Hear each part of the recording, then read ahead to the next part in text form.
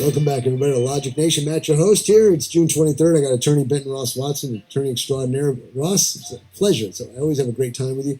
Tell everybody how they can get a hold of you. Benton Watson, Watson Legal PC. You can contact me at benton@watson.legal. That's benton@watson.legal, or give me a call at 254-605-4140. That's 254-605-4140. Always looking for new topics for the show.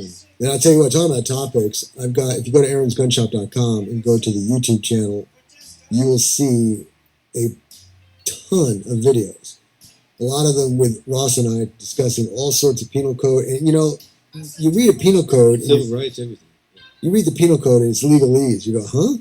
And so me being the 25-cent man and Ross being the dollar man, I'll ask him the general question. He'll give the explanation. I'll ask the questions that you and I can understand. I'm sure there's many out there who are much more intelligent than I. But we've got the common person's answer to those particular questions. And it's over a dialogue of anywhere from 30 to 40 minutes. So you get it inside out, upside down, crosswise, the other ways, and gives a good explanation. So go to aaronsgunshop.com, go to the YouTube channel, and you can see all the different videos.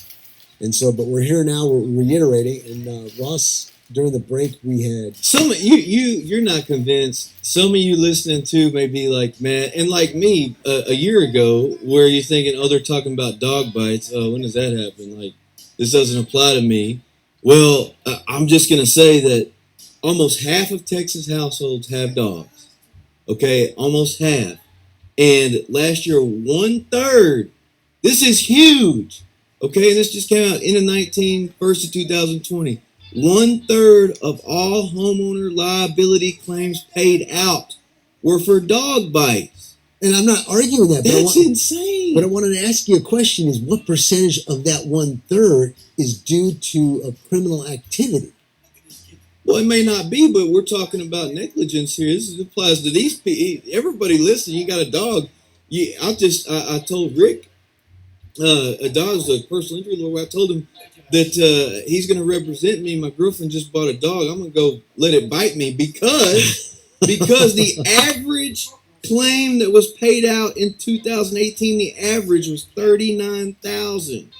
Okay, and in 2018, State Farm alone paid $123 million for 32 dog bite cases. That'll make people think, do they want a dog or not? They might want to get a cat. I'm going instead. in the dog bite business, boys.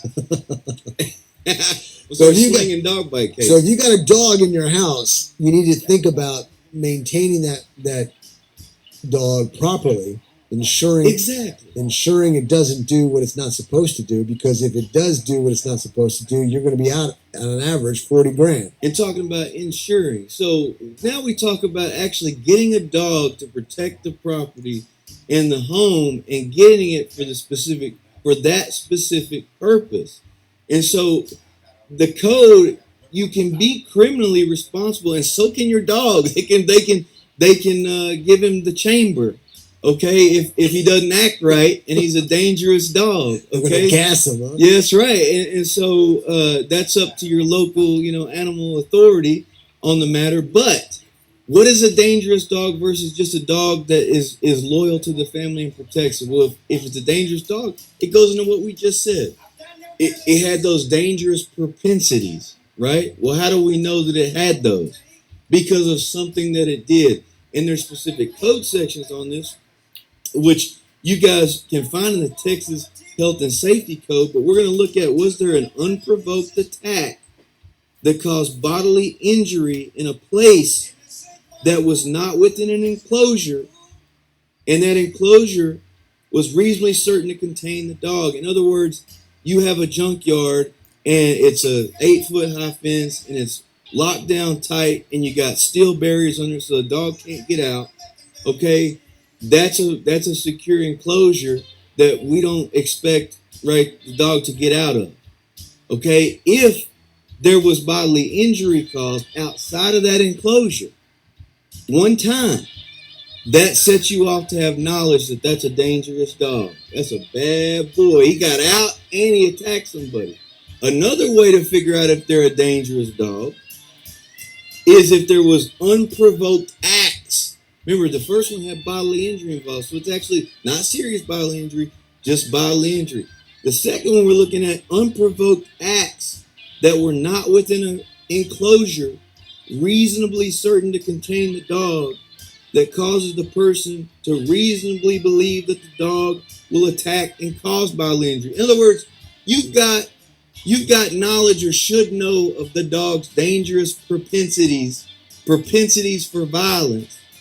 That's going to set you up to say that's a dangerous dog. And if it's a dangerous dog, now I got certain requirements. You've got to have an insurance policy, literally. You've got to have a $100,000 insurance policy. You got to register it with the local municipality. You got to pay a registration fee every year. You got to make sure that it's up on its fees. But if you're doing this, that's a deadly weapon. You've got a deadly weapon at your disposal to protect your property.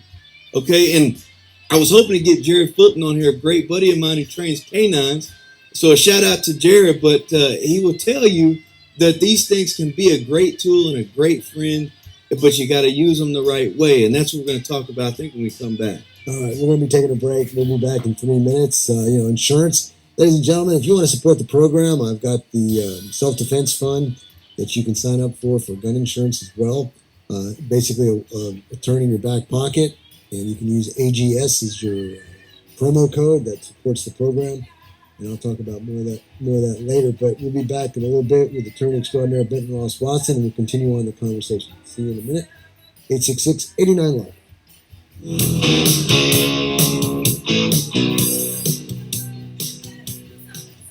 Quick Range Automotive, your one-stop auto shop,